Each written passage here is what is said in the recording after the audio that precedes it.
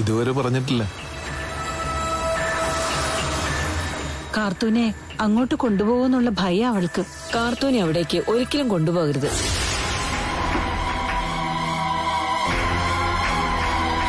അതെന്താ ഡോക്ടർ എങ്ങനെ തറപ്പിച്ച് പറഞ്ഞത്? അല്ല, വേറൊന്നും കൊണ്ടല്ല. ഇനി അതിന്റെ പേരിലും നിങ്ങളോട് മഞ്ജുവിന് ശത്രുത തോന്നണ്ട എന്ന് കരുതി കാർത്തൂന് ഇതുപോലെ എന്തെങ്കിലും പ്രോബ്ലം ഉണ്ടെങ്കിൽ ആ ഡോക്ടറെ കണ്ടല്ലേ പറ്റൂ. എന്തായാലും മഞ്ജുവിന്റെ ഡെലിവറി സമയത്ത് ആ ഡോക്ടറെ നമ്മളാരും കാണാതിരിക്കില്ല. ആ, അത് ശരിയാ. എന്നാ ശരത്തേട്ടൻ പോയിട്ട് വാ. ഞാനൊന്ന് മോളെ കണ്ടിട്ട് വരാം. ഇപ്പൊ അനന്തരവും വിളിച്ച് പറഞ്ഞതേ ഉള്ളൂ. ശരി.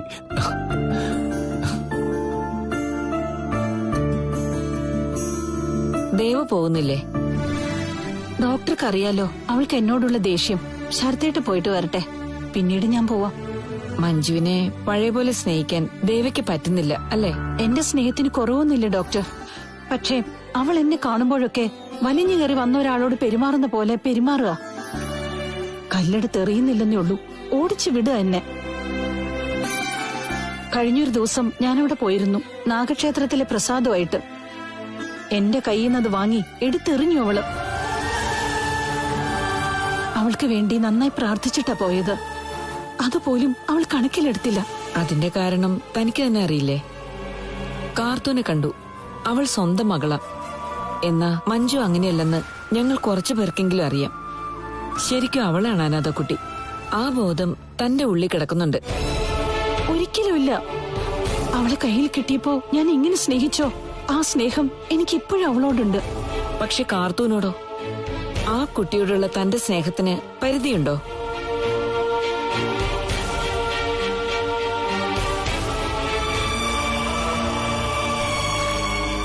അവിടെയാണ് തനിക്ക് പിഴവ് പറ്റിയത്. സ്വന്തം മകളെ തിരിച്ചറിഞ്ഞ അമ്മ സ്നേഹിക്കണം. പക്ഷെ അത് മറ്റുള്ളവർക്ക് സംശയം തോന്നുന്ന രീതിയിലാകാൻ പാടില്ല. ശരത് ഒരു പാവമായതുകൊണ്ടാ മക്കളെ പോലെ ആവാത്തത്. അല്ലെങ്കിൽ അയാളോട് എന്നും നീതികേട് കാണിച്ചിരുന്ന തന്നെ ഇങ്ങനെ ഒരു അവസരത്തിൽ അയാളും മക്കളോടൊപ്പം ചേർന്ന് ഒറ്റപ്പെടുത്തണ്ടേ? ശരത്തേട്ടനെ ഞാനിപ്പോ ദൈവത്തെ പോലെയാ കാണുന്നേ. എന്നാ ആ ദൈവത്തെ താൻ എത്രമാത്രം വെറുത്തിരുന്ന ഒരു സമയത്ത്? അയാൾ എന്ത് തെറ്റ് ചെയ്തത്? ജീവനാണ് തന്നോട് തെറ്റ് ചെയ്തത്. അതോടെ തനിക്ക് സകല ആണുങ്ങളോടും ദേഷ്യായി. അവിടെയാണ് ശരത്തിന് തന്നെ സഹിക്കേണ്ടി വന്നത്. പക്ഷേ അതൊന്നും അയാളുടെ മനസ്സിലില്ല. ശരിയാ ഡോക്ടർ, അത് ഞാൻ മനസ്സിലാക്കുന്നുണ്ട്. ഇനി എന്റെ അവസാനം വരെ ശരത്തേട്ടന് വിഷമുണ്ടാക്കുന്ന ഒരു കാര്യം ഞാൻ ചെയ്യില്ല. പക്ഷേ മക്കളും അമ്മയും ഇങ്ങനെ കലഹിച്ചു പോണത് അയാൾക്ക് വിഷമായിരിക്കും. അതിടയ്ക്ക് പറയാറുണ്ട്. തന്റെ കാർത്തൂനോടുള്ള അമിതമായ സ്നേഹമാണ് ഇതിനൊക്കെ കാരണം. സത്യം പറഞ്ഞ ഓരോന്ന് ആലോചിച്ചിട്ട് എനിക്ക് ടെൻഷനാവുക. നാളെ എന്ത് സംഭവിക്കുന്ന ഒരു നിശ്ചയമില്ല. ഞാനൊരിക്കലും കാർത്തു എന്റെ വയറ്റിൽ പറന്ന കുഞ്ഞാണെന്ന് ആരോടും പറയില്ല. പക്ഷെ അതൊക്കെ പറയേണ്ട സാഹചര്യം വരുമെന്നാ ഇപ്പൊ എന്റെ സംശയം. അതെങ്ങനെ വരാനാ? അല്ല, മഞ്ജു അത് അറിയുമെന്ന് ഇപ്പൊ എനിക്കൊരു ഭയമുണ്ട്.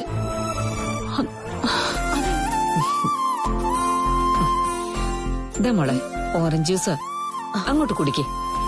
ഇനി ഇതൊക്കെ സ്ഥിരമായിട്ട് കുടിക്കണം.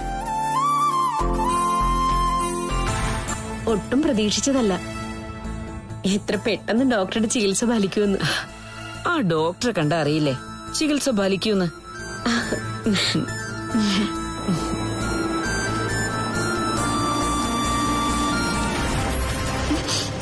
അയ്യോ, ആരോ വന്നു വന്നല്ലോ ചേച്ചി. കുടിക്കേ.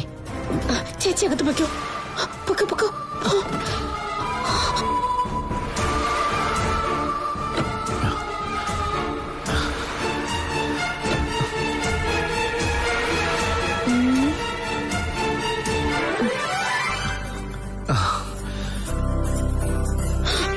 അച്ഛനായിരുന്നു.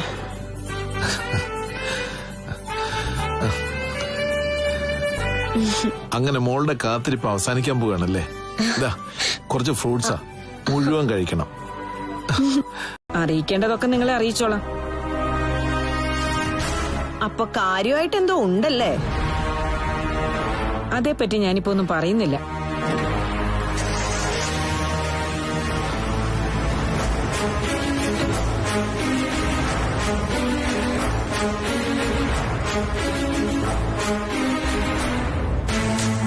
അവരുടെ സംസാരം പെശകാണല്ലോ ചേച്ചി.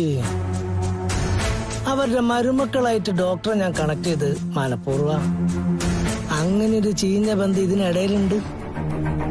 മരുമക്കളെ വഴി തെറ്റിക്കരുതെന്ന് പറയാനായിരിക്കും ചിലപ്പോ ഡോക്ടർ വന്നത്. അവര് താക്കീത് ചെയ്തിട്ടും നമ്മുടെ ഡോക്ടർ വഴിമാറി സഞ്ചരിക്കുന്നില്ലെങ്കിൽ അറിയിക്കാനുള്ളതൊക്കെ നമ്മളെ അറിയിക്കുന്നാണ് അവര് പറഞ്ഞിട്ട് പോയത്.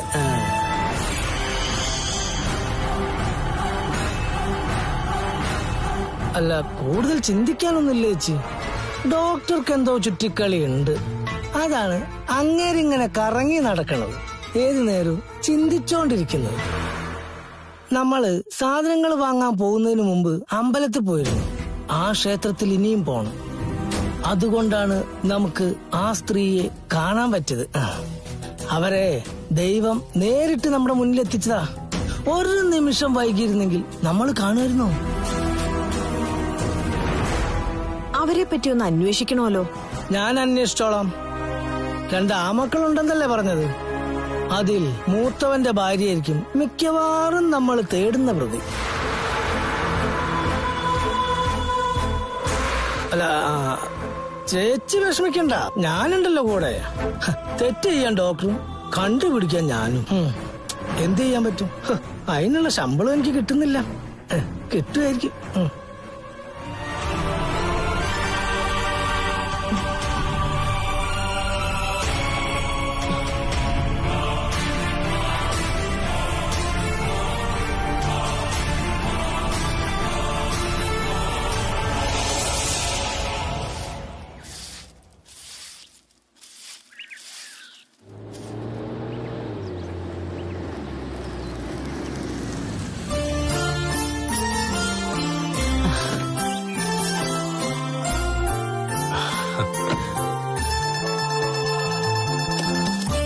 അമ്മയ്ക്കൊരു സന്തോഷ വാർത്തയുണ്ട്. അമ്മയെ മുത്തശ്ശി എന്ന് വിളിക്കാൻ ഒരാള് വരാൻ പോവാ.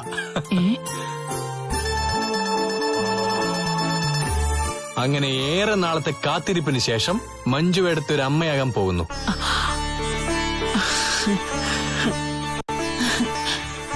അപ്പോ പുതിയ ഡോക്ടറെ കാണാൻ പോയതുകൊണ്ട് പ്രയോജനമുണ്ടല്ലേ?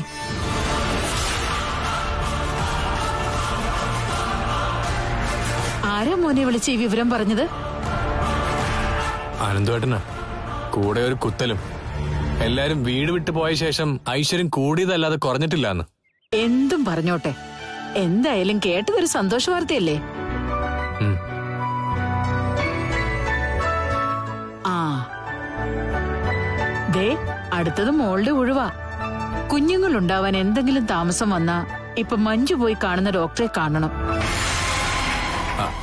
അങ്ങേരെ കണ്ടതുകൊണ്ടൊന്നും ആയിരിക്കില്ല റിസൾട്ട് ഉണ്ടായത്. ആര് പറഞ്ഞു അല്ലാന്ന്? അല്ലെങ്കിൽ ഇത്രയും നാള് ഏതെല്ലാം ഡോക്ടർമാരെ കണ്ടു, എന്നിട്ട് എന്തെങ്കിലും പ്രയോജനം ഉണ്ടായോ? ഇപ്പൊ മഞ്ജു കാണാൻ പോയ ഡോക്ടർ ഒരു മിടുക്കൻ ഡോക്ടറാ, അതിലൊരു സംശയവും വേണ്ട. ഏത് ഡോക്ടറെയാ കാണാൻ പോയതെന്ന് ദേവിയോട് പോലും മഞ്ജു പറഞ്ഞിട്ടില്ല. കാർത്തൂനെയും കൊണ്ട് നീ അവിടെങ്ങാനും പോയാലെന്നുള്ള പേടി അവൾക്ക്. അമ്മ, അപ്പച്ചിയുടെ ഫ്രണ്ട് ഡോക്ടർ അരുന്ധതി അത്ര മോശം ഡോക്ടറൊന്നും അല്ല. ഞങ്ങള് കാണാൻ പോണെങ്കിൽ അവരെ കാണും. ഈ പറഞ്ഞ അരുന്ധതിയും മഞ്ജു കണ്ടതാണല്ലോ. എന്നിട്ട് എന്തെങ്കിലും പ്രയോജനം ഉണ്ടായോ? അന്നത്തെ ട്രീറ്റ്മെന്റ് ആയിരിക്കും ഇപ്പൊ ചിലപ്പോ ഫലം കണ്ടത്. എന്നാലും ആ ഡോക്ടർ നല്ലതാണെന്ന് പറയരുത്. ആ ഡോക്ടറോട് നിനക്ക് എന്തെങ്കിലും വൈരാഗ്യം ഉണ്ടോടാ? എനിക്ക് ആ ഡോക്ടറെ അറിയ പോലുമില്ല, പിന്നെന്തിനാ വൈരാഗ്യം? എന്നാ പിന്നെ അയാളെ പറ്റി നല്ലത് പറഞ്ഞൂടെ? അല്ല, അത് പിന്നെ അതൊക്കെ അവിടെ നിക്കട്ടെ. ഇങ്ങനെ ഒരു വാർത്ത കേട്ട സ്ഥിതിക്ക് അവിടേക്കൊന്ന് പോണ്ടേ അമ്മേ? പോണം. താനല്ല, അമ്മ. ഏട്ടത്തിക്ക് കുഞ്ഞെനിക്കുള്ള സന്തോഷം പറഞ്ഞ് താനങ്ങോട്ട് പോയാലേ കരഞ്ഞോണ്ട് തിരിച്ചു വരേണ്ടി വരും. പറഞ്ഞത് എല്ലാം പറഞ്ഞു.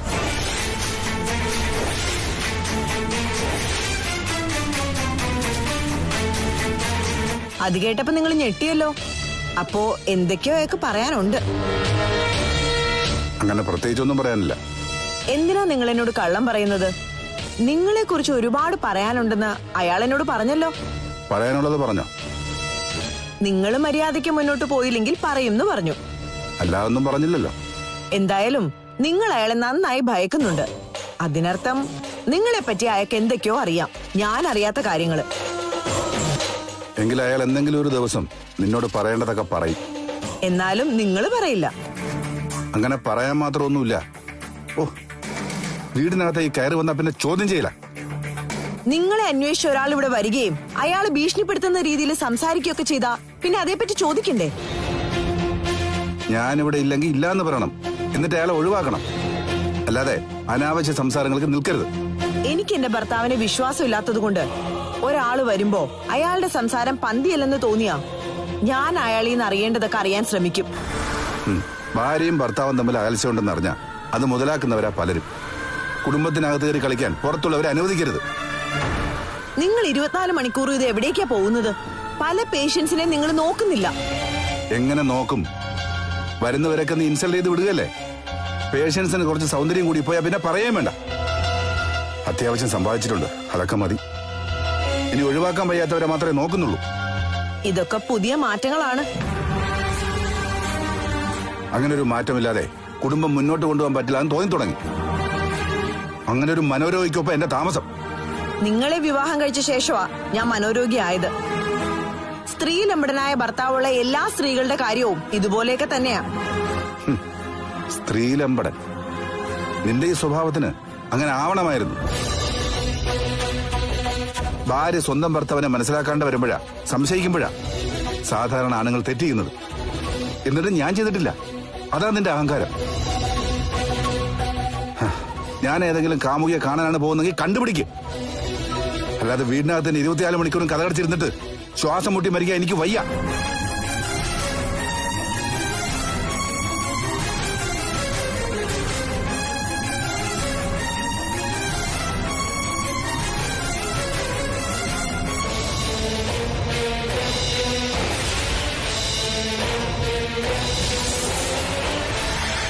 ഇനി എത്ര ഭീഷണിപ്പെടുത്തിയാലും മഞ്ജു സ്വന്തം കുഞ്ഞാണെന്ന് വിശ്വസിക്കുന്ന സ്ഥിതിക്ക് അയാൾ ഇനിയും മഞ്ജുവിനെ കാണാൻ ശ്രമിക്കും. അതിനൊന്നും അയാളെ തടയാൻ പറ്റില്ല. അതുറപ്പാ കണ്ണേട്ടാ. ഇനി മഞ്ജുവിനെ കാണാനായിട്ട് ഡോക്ടർ ജീവൻ പോകുന്ന സമയത്തായിരിക്കും അരുൺ അപ്പച്ചി അയാളും തമ്മിൽ കാണാൻ പോന്നേ. ഏട്ടത്തി കാണാൻ പോകുന്ന ജീവനാണെന്ന് അറിഞ്ഞാൽ തന്നെ അപ്പച്ചി തകർന്നു പോകും. ജീവന്റെ അടുക്കൽ ഇനി പോകരുതെന്ന് പറയുകയും ചെയ്യും. അങ്ങനെ പറഞ്ഞാൽ മഞ്ജു കേൾക്കുവോ? കുട്ടികളില്ലായിരുന്ന അവർക്ക് ഇപ്പൊ പ്രതീക്ഷ കൈവന്നത് ഡോക്ടർ ജീവൻ കാരണ. അങ്ങനെയുള്ള ആളിന്റെ അരികിലേക്ക് പോകണ്ടെന്ന് പറഞ്ഞു കഴിഞ്ഞാൽ അത് മഞ്ജുവിന് കുട്ടികൾ ഉണ്ടാവാതിരിക്കാൻ അപ്പച്ചി പറയുന്നത് പോലാവില്ലേ? അല്ലെങ്കിൽ തന്നെ എല്ലാവരും സംശയിച്ചുകൊണ്ട് നടക്കുക. അതിനൂടെ ഇതും കൂടെ ആയ പ്രശ്നമാ. പിന്നൊരു കാര്യമുണ്ട്. അപ്പച്ചിയെ തീർത്തും മഞ്ജു അവഗണിക്കുകയാണെന്നുണ്ടെങ്കിൽ ആ മോളെ അപ്പച്ചി തള്ളിക്കളയാനുള്ള സാധ്യതയുണ്ട്. അങ്ങനെ തള്ളിക്കളയോ? അതും സ്വന്തം മോളെ? അത് സ്വന്തം മോളാണെങ്കിലും അമ്മമാരുടെ വേദന അവര് തിരിച്ചറിയണ്ടേ? ഒരാപത്ത് വരുമ്പോ അവർക്കൊപ്പം നിൽക്കണ്ടേ? മഞ്ജുവിന് ഈ ജന്മത്തിൽ കിട്ടിയ ഭാഗ്യമാ ദേവനന്ദ എന്ന അമ്മയും ശരത് എന്ന അച്ഛനും. അത് തിരിച്ചറിയുന്നില്ലെങ്കിൽ പിന്നെ തള്ളിക്കളയാതെ നിവർത്തിയില്ലല്ലോ. അപ്പച്ചിക്ക് ഡോക്ടർ ജീവനെ ഭയമാണെന്ന് അറിയാൻ കഴിഞ്ഞാ അതിന്റെ കാരണം തേടി ഏട്ടത്തി പോവും. അവിടെയാ പ്രശ്നം കൂടുതൽ വഷളാവാൻ പോകുന്നത്. മഞ്ജു ഏട്ടത്തിയുടെ കയ്യിൽ ഈ സംഭവം അങ്ങനെ കിട്ടിയ പിന്നെ അത് പത്രത്തിൽ കൊടുത്ത പോലെ. പ്രത്യേകിച്ച് അപ്പച്ചിയെ നാണം കെടുത്താൻ ഒരു അവസരത്തിന് വേണ്ടി കാത്തിരിക്കുക അവരിപ്പോ. ആരോടും ഒന്നും പറയില്ലെന്ന് ജീവൻ എനിക്ക് വാക്ക് തന്നിട്ടുണ്ട്. കണ്ണേട്ട അത് എന്നോടും പറഞ്ഞു. പക്ഷെ ചതിയനായ ഒരുത്തനല്ലേ, അയാളുടെ വാക്ക് എങ്ങനെ വിശ്വസിക്കും?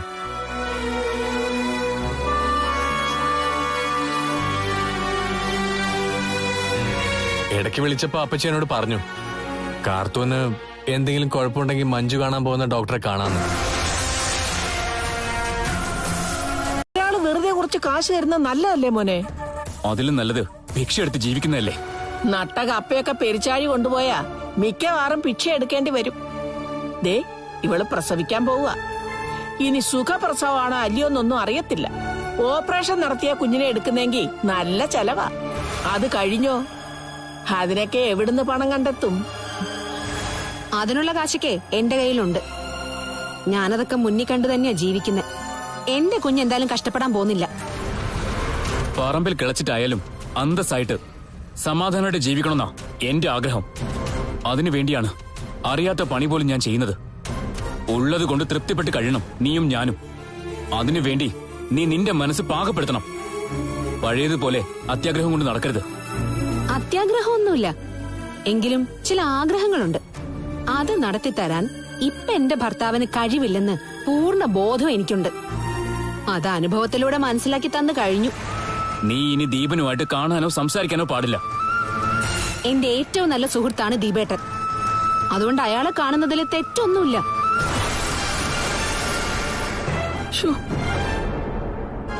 അയാളെ ഞാൻ കാണും, ചിലപ്പോ ഇങ്ങോട്ടേക്ക് വിളിക്കുകയും ചെയ്യും.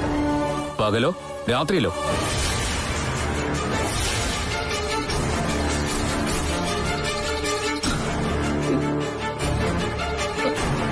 ദേ, അനാവശ്യം പറയരുത് എന്റെ മോളെ പറ്റി. രാത്രി അവൾ ആരെയും വിളിച്ചു വരുത്താറില്ല. AC മുറിക്കകത്ത് കിടക്കുന്നവള് പുറത്തെ കാറ്റ് കൊള്ളാൻ മുൻവശത്തെ വാതിൽ തുറന്ന് ഇറങ്ങുന്നുണ്ടെങ്കിൽ ആരോ മാമിയുടെ മോളെ കാണാൻ വരുന്നുണ്ടെന്ന് ചിന്തിച്ചേ പറ്റൂ. എന്നാ ചിന്തിക്ക്, കുത്തിയിരുന്ന് ചിന്തിക്ക്. പറമ്പിലെ പണി കഴിഞ്ഞാ മറ്റു വേറെ ജോലിയൊന്നും ഇല്ലല്ലോ. അപ്പൊ പിന്നെ അതൊരു നല്ല ജോലിയായിരിക്കും. ചിന്ത. നീ കളിയാക്കൊന്നും വേണ്ട. ഈ വീടിന്റെ ജനലിൽ വെട്ടം വീഴുന്നെങ്കിൽ അതിന്റെ കാരണക്കാരൻ ഒന്നുകിൽ ദീപൻ അല്ലെങ്കിൽ വിശ്വൻ. വിശ്വനോ? അല്ല, മാമിയും വിശ്വനുമായിട്ട് അല്ലറ ചില്ലറ ബന്ധമുണ്ടെന്ന് നാട്ടിലൊരു സംസാരമുണ്ട്. ഒയാൾക്ക് അങ്ങനെ പലതും കാണും, പക്ഷെ സ്വന്തം മാമിയെ സംശയിക്കരുത്. ഞാൻ ആരെ സംശയിച്ചിട്ടില്ല. എല്ലാവരും കൂടി ഒരു തീപ്പൊരി എന്റെ മനസ്സിലേക്ക് ഇട്ടു തന്നതാ.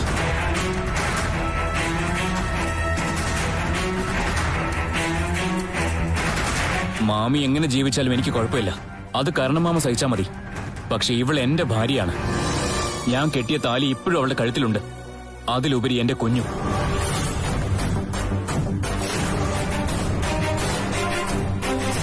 ആ സമയത്ത് അലഞ്ഞു തിരിയരുത് ഓരോരുത്തന്റെയും പിന്നാലെ.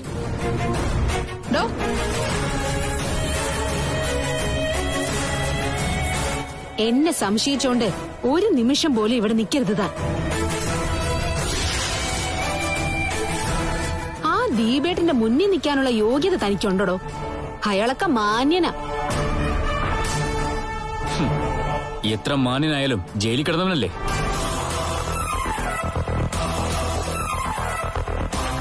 അവൻ ഇടഞ്ഞു തുടങ്ങി മോളെ. അത് കണ്ടിട്ട് അമ്മ പേടിക്കൊന്നും വേണ്ട. അയാൾ ഇടയുന്നത് അയാളുടെ നാശത്തിനാ. ഇപ്പൊ പറഞ്ഞല്ലോ കുഞ്ഞിനെ പറ്റി. അത് അയാളുടെ കുഞ്ഞല്ലെന്ന് ഉറപ്പുള്ളത് കൊണ്ട് അയാൾ എന്ത് തീരുമാനം എടുത്താലും എനിക്ക് കുഴപ്പമില്ല. അതോർത്ത് ഞാൻ വിഷമിക്കില്ല. കഴിവുള്ള ആണിനെ ഏത് പെണ്ണും സ്നേഹിക്കും, അല്ലാത്തവന് തള്ളിക്കളയും.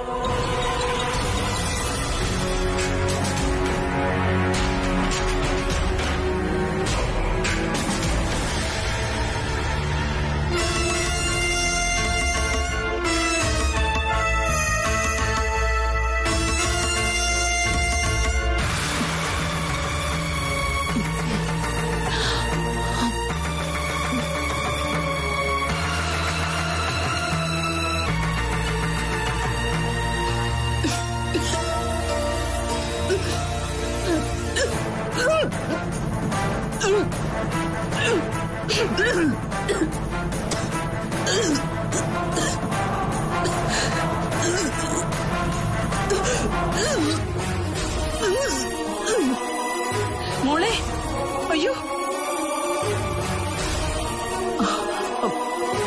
മോളെ, വാ അവിടെ വന്നിരിക്കെ. അതെ, പ്രതീക്ഷയോടെ കാത്തിരിക്കെ.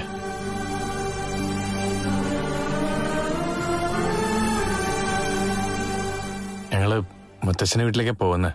അവിടെ അപ്പച്ചിയുണ്ട്. മഞ്ജിമ അമ്മയാകാൻ പോകുക. പക്ഷേ ദേവ അരികിലേക്ക് ചെല്ലുമ്പോ സ്വന്തം മകൾ അമ്മയെ ആട്ടിപ്പായിക്കുക. കുഞ്ഞു ജനിച്ചു കഴിഞ്ഞും അത് തന്നെയായിരിക്കും സ്ഥിതി. എന്നാ കാർത്തൂനൊരു കുഞ്ഞു ജനിക്കുവാണെങ്കിൽ അത് ദേവയ്ക്ക് വലിയൊരു ആശ്വാസമായേനെ.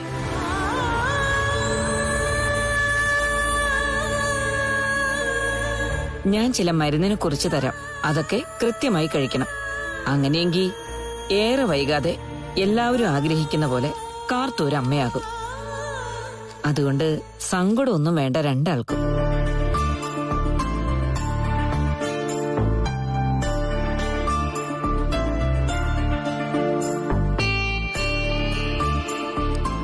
പിന്നെ കാർത്തു വരണം, ഇടയ്ക്കൊക്കെ മുത്തച്ഛന്റെ വീട്ടിൽ പോയി നിൽക്കണം. ഇപ്പൊ മറ്റാരേക്കാളും മുത്തച്ഛനും ദേവയും ഒക്കെ കാർത്തുവിനെ കാണാനാണ് ആഗ്രഹിക്കുന്നത്. സ്വന്തം മക്കളെക്കാളും എന്നെ അപ്പച്ചി സ്നേഹിക്കുന്നോണ്ടാ മഞ്ജു എടുത്തേക്ക് മാളൂനും എന്നോട് ഇത്ര ശത്രുത.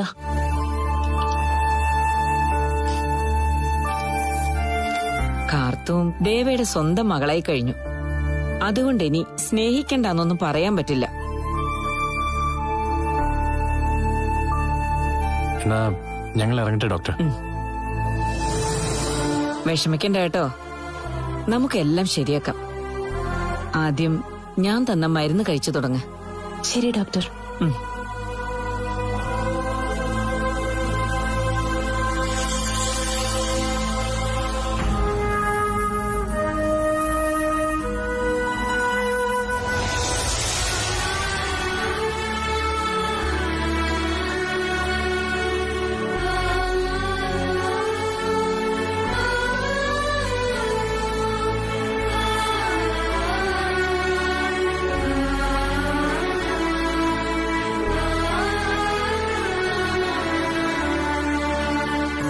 മോളൊന്ന് വിളിക്കുമോളെ, ഇങ്ങനെ കാത്തിരിക്കുന്നത് BP കൂട്ടുന്ന പണിയാ. അവരുടനെ വരൂല്ലോ അച്ഛാ.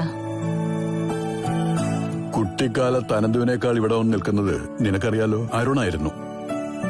അന്ന് തൊട്ടേ നമ്മുടെ ഭൂമിയിലേക്ക് അവനൊരു കണ്ണുണ്ട്. പാടത്തും പറമ്പിലൊക്കെ കൃഷി ഇറക്കണമെന്ന് അന്നേ പറയുമായിരുന്നു.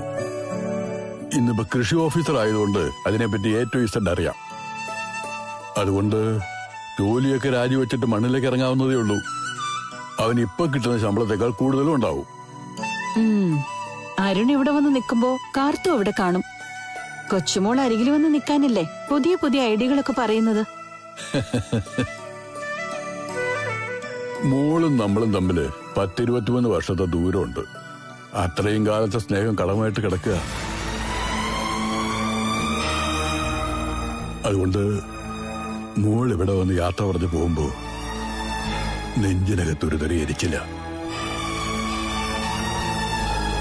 എന്നും കാണണമെന്ന് തോന്നുക കാർത്തൂനെ. അതുകൊണ്ടാ കൂടെ നിർത്താൻ ആഗ്രഹിക്കുന്നേ. മാളുവിന്റെ കല്യാണം കഴിഞ്ഞിരുന്നെങ്കിൽ അതിനൊക്കെ ഒരു തീരുമാനം ഉണ്ടാക്കായിരുന്നു.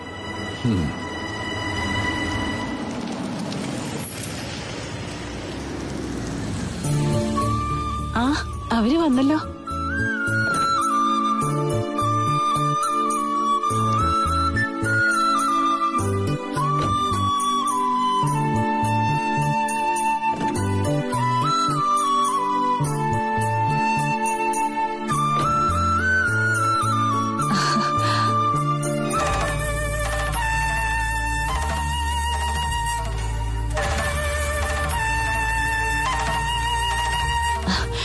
എന്തേ മോളെ? ഫുഡ് കംപ്ലൈന്റാ, അല്ലാതെ നമ്മൾ സംശയിച്ച പോലെ ഒന്നുമില്ല. നീ വെറുതെ കള്ളം പറയരുത്. അപ്പച്ചോട് ഞാൻ കള്ളം പറയോ? ഇവൻ പറഞ്ഞത് സത്യമാണോ മോളെ? വിശേഷമൊന്നും ഇല്ല അപ്പച്ചി. അതുകൊണ്ടാ ഞാൻ ആരെയും ഒന്നും വിളിച്ചറിയിക്കണ്ടെന്ന് പറഞ്ഞത്.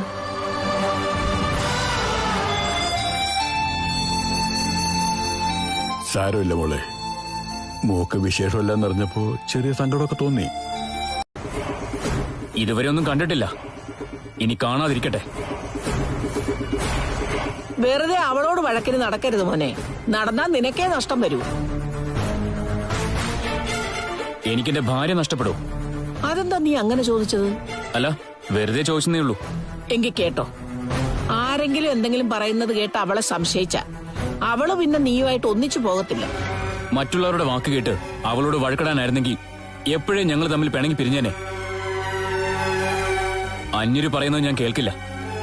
എനിക്ക് സ്വയം ബോധ്യപ്പെടുന്ന കാര്യങ്ങളെ ഞാൻ വിശ്വസിക്കൂ.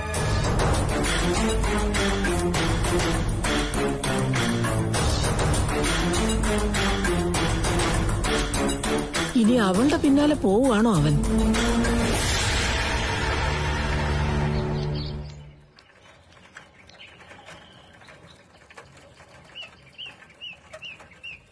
ഒന്ന് നിന്നേ. ഡോക്ടറും കൂടി അറിഞ്ഞോണ്ടാണോ ഇതെല്ലാം നടക്കുന്നത്? എന്താ? അല്ല, ഭാര്യ ഇങ്ങനെ അഴിച്ചു വിട്ടിരിക്കുന്നത് ഡോക്ടറും കൂടി അറിഞ്ഞിട്ടാണോ എന്നാ ചോദിച്ചത്. എന്തെങ്കിലും ഉണ്ടെങ്കിൽ തെളിച്ചു പറയട്ടാ. ഡോക്ടറുടെ ഭാര്യയും വേറൊരുത്തനും കൂടെ പുഴക്കരയിൽ നിൽക്കുന്നത് കണ്ടു. അതിപ്പോ മിക്കപ്പോഴും ഉള്ള കാഴ്ചയാ. ഞാൻ മാത്രമല്ല, ഒരുപാട് പേര് അവരെ പലയിടത്തും വെച്ച് കാണുന്നുണ്ട്.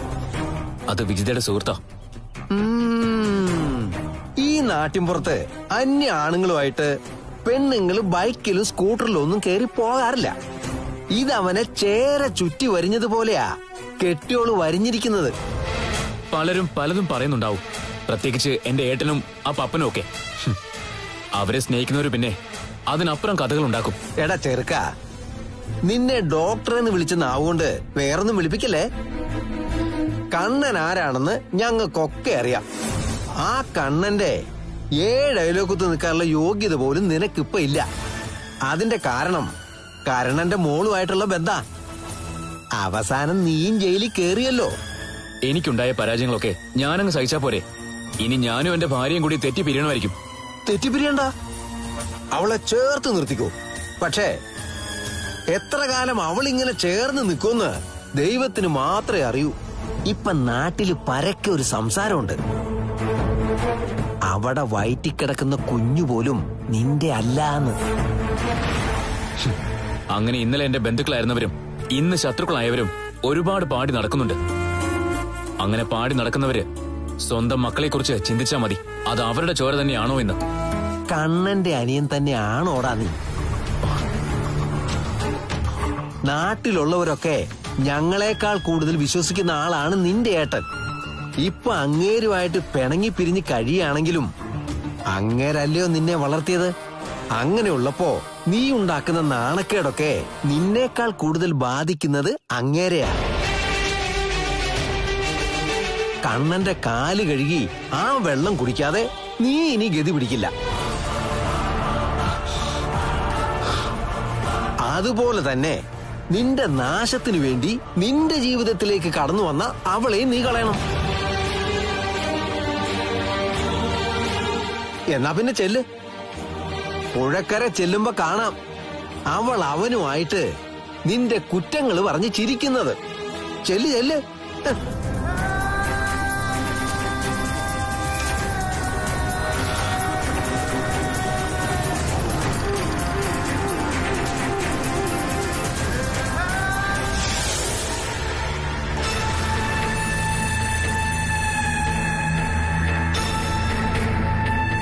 ദീപന്റെ അരികിൽ ഇങ്ങനെ നിൽക്കുമ്പോ എന്തൊരാശ്വാസാന്നറിയോ? കൂടുതൽ ആശ്വസിക്കണ്ട, അത് അവസാനം വലിയൊരു അപകടത്തിൽ ചെന്നേ അവസാനിക്കുള്ളൂ. ഓഹ്, എന്ത് പറഞ്ഞാൽ ഇങ്ങനെ സംസാരിക്കാനേ അറിയൂ. അതെ, എനിക്കൊരാഗ്രഹമുണ്ട്. എന്റെ ഡെലിവറി സമയത്ത് ദീപേട്ടൻ അരികിൽ വേണോന്ന്. ഡെലിവറി സമയത്ത് നിന്റെ അരികിലുണ്ടാവും നിന്റെ ഭർത്താവ്. താലി കെട്ടിയതുകൊണ്ട് ഒരാള് ഭർത്താവോ? ഒരു പെണ്ണിന് ഭർത്താവ് അവളുടെ കുഞ്ഞിന്റെ അച്ഛനാ. എടീ, നീ എന്നെ വരിഞ്ഞു മുറുക്കാൻ ശ്രമിക്കുന്നുണ്ട് ഇപ്പോ. ദേ, നിന്റെ ഇപ്പോഴത്തെ അവസ്ഥ അറിയാവുന്നതുകൊണ്ട് മാത്രമാണ് ഞാൻ കടുത്ത തീരുമാനങ്ങളൊന്നും എടുക്കാതെ നീ വിളിക്കുമ്പോ ഇടയ്ക്ക് ഇങ്ങോട്ട് വരുന്നത്.